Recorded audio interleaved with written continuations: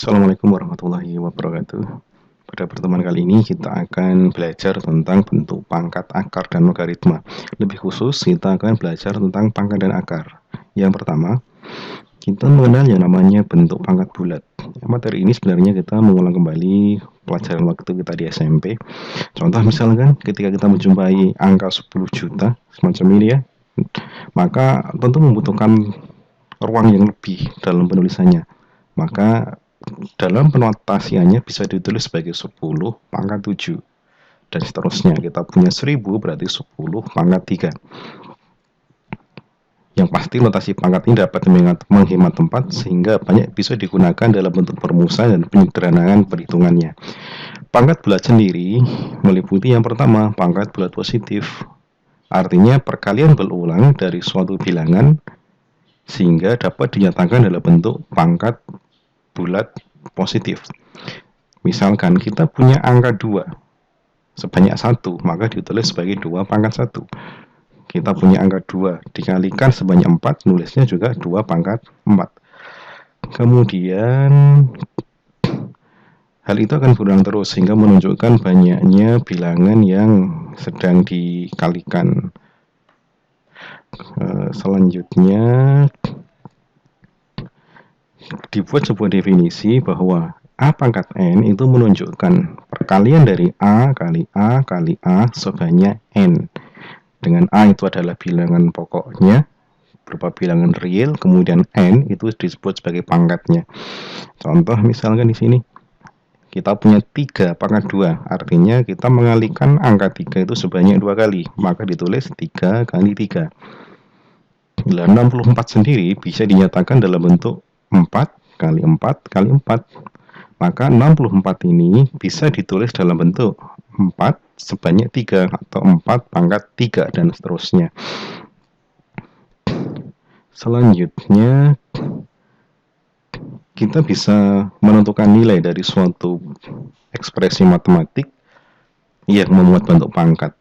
Misalkan ada X pangkat 3 plus 2X kuadrat plus 3X plus 4.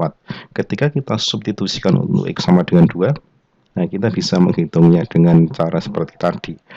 Nah, sifat-sifatnya apa yang ada pada pangkat bulat positif? Yang pertama, kalau kita punya A pangkat P dikalikan dengan A pangkat Q, maka boleh disederhanakan menjadi A pangkat P ditambah Q. Ingat di sini harus sama A ya, ini harus sama dengan A, di mana A-nya sendiri tidak boleh bernilai 0. Saya ulangi, berarti A pangkat P kali A pangkat Q itu A pangkat P plus Q. Mudahnya ketika dikalikan, maka pangkatnya itu dijumlahkan. Selanjutnya, kalau dibagi apa yang terjadi? A pangkat P dibagi dengan A pangkat Q, secara umum kita kurangkan. Kalau tadi dikalikan itu dijumlahkan, sekarang kalau dibagi maka pangkatnya itu dikurangkan. Maka ada 3 kemungkinan yang ada di sini. Jika P lebih dari Q, kemudian jika Q lebih dari P, dan jika P sama dengan Q. Kenapa bisa 1? Jika P sama dengan Q, tentunya A-nya menjadi pangkat 0. Dulu kita pernah belajar bahwa A pangkat 0 nilainya adalah 1. Ini beberapa contoh soalnya. Nah, berikutnya ada pangkat bulat negatif. Jika pada pangkat bulat bilangan dasar kurang dari 1 dan 0, maka kita mendapatkan yang namanya pangkat bulat negatif dan 0. Ini tidak bisa dinyatakan sebagai banyaknya bilangan yang menyusun angka tersebut. Ini hanya pengembangan pemikiran. Misalkan kita punya 3 pangkat min 1, tentunya bukan berarti angka 3-nya sebanyak min 1. Yang namanya banyak atau cacah suatu objek tentunya paling kecil adalah 0. Nah, kalau kita menggunakan suatu teorema seperti ini, maka kita dapatkan bahwasanya A pangkat minus N itu sama dengan 1/A pangkat N. A pangkat minus N itu sama dengan 1/A pangkat N. Pangkat bulat negatif bisa diubah menjadi pangkat bulat positif, maka bentuk ini menjadi penyebutnya. Kemudian ada bentuk akar. Akar notasinya semacam ini, tentu Anda sudah tahu. Kalau hanya ditulis dengan bentuk seperti ini saja, ini menyatakan akar pangkat 2. Tapi untuk akar pangkat selain 2 tentu ada keterangan tersendiri nanti. Contoh misalkan akar 25 itu sama dengan 5. Artinya 25 itu disusun oleh bilangan berapa kali berapa, di mana berapa dengan berapanya itu sama. Nah, kita juga mengenal beberapa contoh bentuk akar, misalkan seperti ini, akar 2, akar 3, akar 5, akar 21, dan seterusnya. Kenapa dikatakan sebagai bentuk akar? Berbeda tentunya dengan akar 25. Kalau kita punya akar 25, itu bukan bentuk akar. Karena kita bisa mendapatkan nilai berupa bilangan bulat, sementara akar 2, akar 3, dan seterusnya ini kita tidak bisa menemukan bilangan bulat sebagai jawabannya. Nah, ketika menjumpai bentuk-bentuk semacam itu, tentu nanti ada operasi yang berkaitan. Misalkan bilangannya itu adalah bentuk variabel A, X, dan seterusnya, kita mendapatkan beberapa sifat semacam ini. A akar X ditambah B akar X, ingat bentuk akarnya ini sama, di sini X, di sini juga X. Ini syarat mutlaknya. Jika tidak sama, kita nggak bisa menyederhanakan semacam ini. Maka tinggal kita jumlahkan koefisien di depannya. A tambah B akar X. Demikian pula pada pengurangan. Asalkan bentuk akarnya sama, tinggal dikurangkan A min B akar X. Lain halnya ketika berupa perkalian. Maka bilangan yang berada di dalam tanda akar ini langsung bisa kita kalikan tanpa mempedulikan dia sama atau berbeda. Akar A kali akar B sama dengan akar A kali B, atau biasa ditulis akar AB. Dan seterusnya, begitu pula pada bentuk pembagian. Saya pikir cukup jelas. Contoh misalkan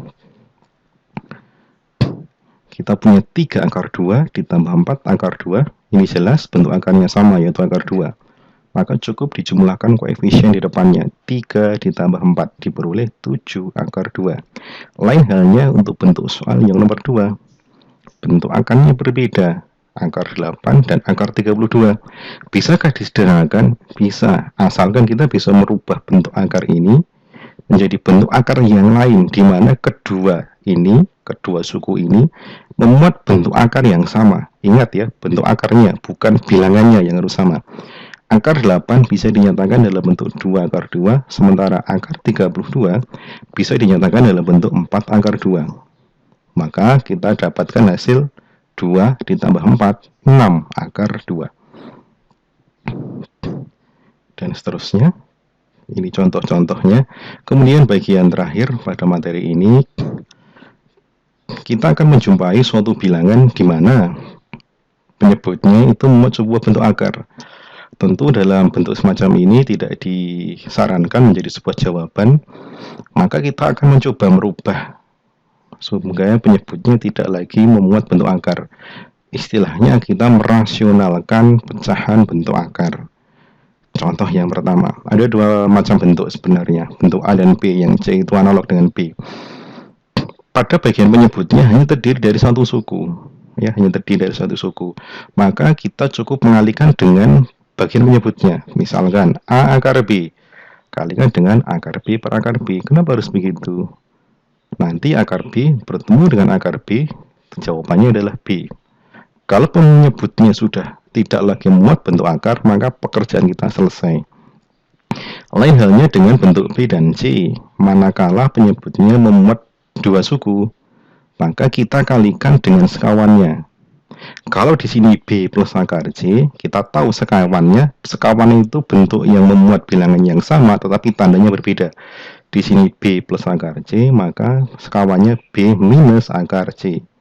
Tujuannya kita mendapatkan bentuk kuadrat semacam ini di bawahnya, maka tanda akarnya akan hilang. Contoh misalkan nomor 1, ini penyebutnya hanya memuat satu suku, maka kita kalikan akar 3 per akar 3. Kita tidak peduli dengan bentuk pembilangnya. Yang dipedulikan atau yang kita pikirkan adalah pada bagian penyebutnya. 2 kali akar 3, 2 akar 3, akar 3 kali akar 3, 3, selesai. Sementara pada bentuk nomor 2, penyebutnya lebih dari satu suku, 2 plus akar 3. Maka soal ini kita tulis kembali. Kemudian kalikan dengan sekawannya 2 minus akar 3 per 2 minus akar 3. Mungkin ada yang bertanya, kenapa harus atas bawah sama? Supaya nilainya 1, sehingga tidak merubah dari kondisi soal tersebut. Bagian pembilangnya kita kalikan seperti biasa, biarkan bentuknya berantakan. Bagian penyebutnya tinggal, kalau kita ingat A min B kali A plus B itu A kuadrat minus B kuadrat, maka bentuk ini kalau kita kalikan menjadi 2 kuadrat 4 dikurangi akar 3 kuadrat 3. Maka jelas bagian penyebutnya sudah berubah bentuk bilangan yang tidak lagi memuat bentuk akar. Demikian tentang akar dan pangkat serta bentuk akar, semoga bisa menjadi pemahaman. Saya kira cukup. Assalamualaikum warahmatullahi wabarakatuh.